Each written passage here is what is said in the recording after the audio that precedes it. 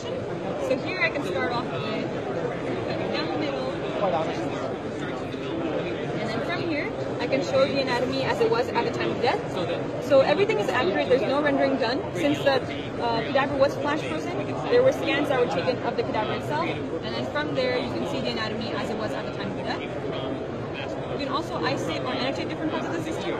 So in this case, I can start by removing the skin, removing the skeletal system, and other structures until I'm left with the gastrointestinal system.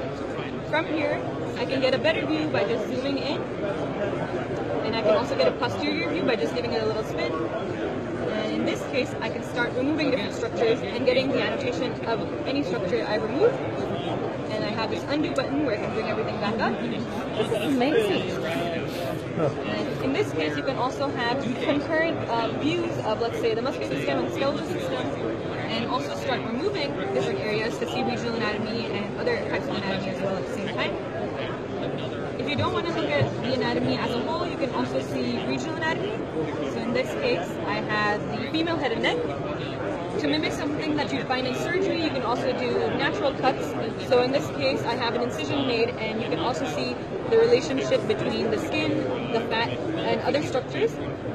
And as I showed earlier, you can go ahead and also remove structures here and press this undo button. And what's interesting is these are actually the scans that were done from the cadaver. So everything you see here is what we saw at 0.6 to 0.8 millimeter thickness. And so each time I turn around, slide through the sections, I can see where you guys and you're not just limited to the head and neck, you also have areas like the brain, large areas like the thorax and the abdomen, all the way down to the leg and foot. And what's most interesting to me is you can load in your own patient CT or MRI scans, and from there you can get a 3D model of what you're seeing. So here we have a post-operative scan of a patient with a brain aneurysm, and this is the actual CT that was provided. You can go ahead and slide through the CT and see exactly where the clips were placed as well. So if I go down here, it'll show where it is. And same functionality as before.